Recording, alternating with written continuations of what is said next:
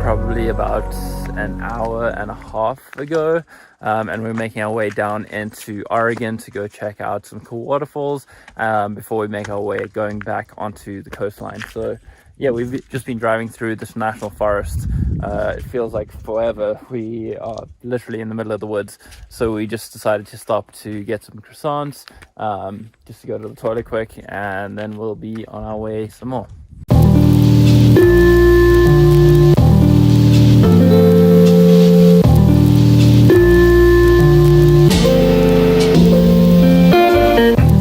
Have made it to Lewis River. We have a little bit of an issue in that we came to see Lower Lewis Falls. That was the main attraction of coming 2.5 hours out the way, and we got here and Lower Lewis Falls is closed because of COVID, and there's a ranger sitting like at the gates and he's like, sorry, you can't come here. So that really sucked because there's just absolutely no way of us knowing that it would have been closed before coming here. But there is still Middle Lewis Falls and Upper Lewis Falls, so I think we're just going to check those out before we hit the road again. Yeah, just kind of sucks that we can't see what we came here to see, but can't win them all.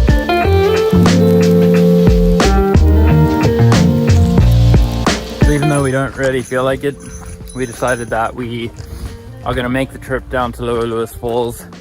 Considering that we walk about half an hour per mile, it should take us about an hour and a half, which isn't too bad. But we do still want to get to the coast later today, so yeah, we don't really know how the day is going to go. We'll see how everything works out.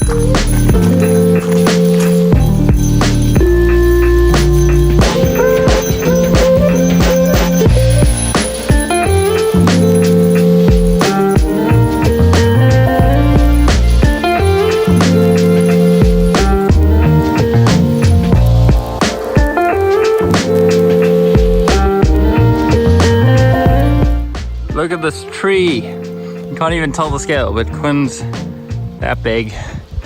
And the tree is like 3 of Quinn. And then it fell all the way down here. That's insane. We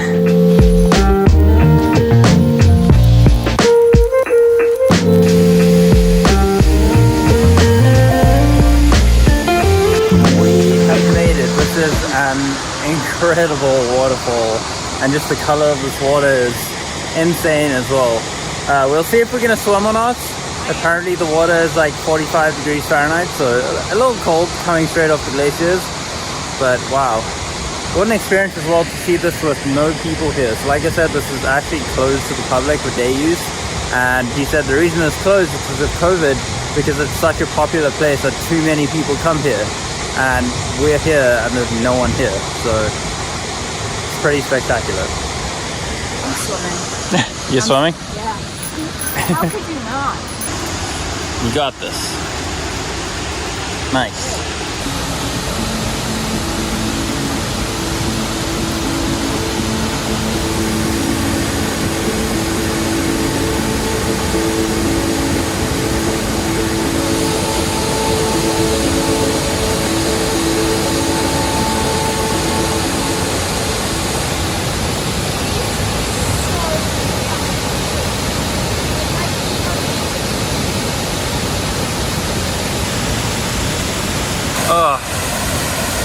This is just stunning. Woo! So you still gonna swim? I'll probably jump in really fast. Really? Yeah. You can get hypothermia. Gotta do. Oh, this is just incredible.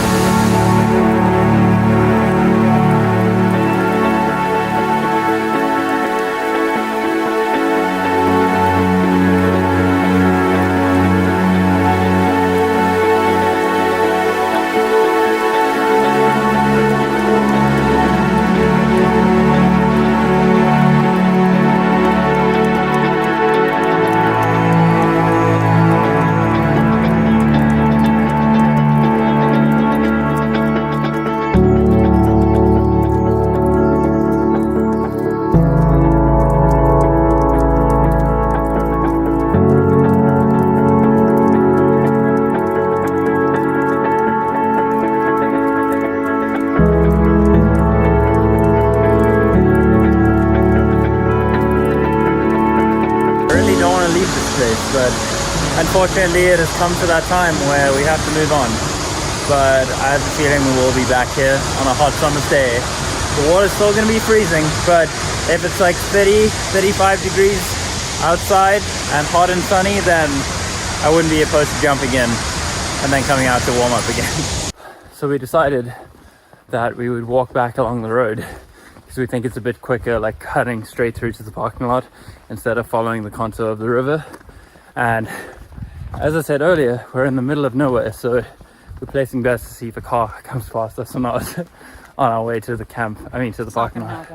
It's probably what, like a mile? A little more. Or a little less, somewhere around there. But yeah, we're just walking in the middle of the road. It's a lot easier to walk though on something that's paved, and you don't have to worry about where your foot is going, and you can just go quicker as well. Although we have a nice grade upwards. Yeah, but it's easier than like switchbacking as well. Yeah. So this is what we're doing. I can see more bears. I don't think that's how it works. Well, they're less likely to be on the road than in the woods. True. So.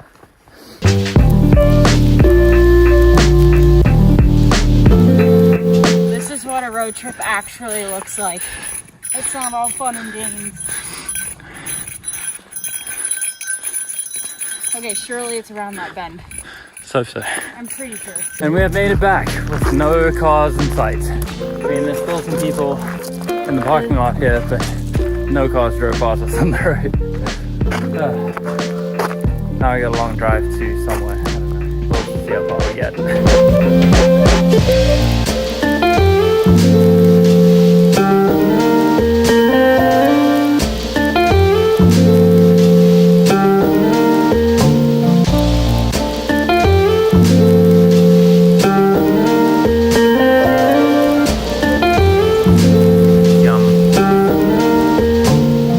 Welcome to Portland, Oregon. Definitely the scariest place on the road trip so far.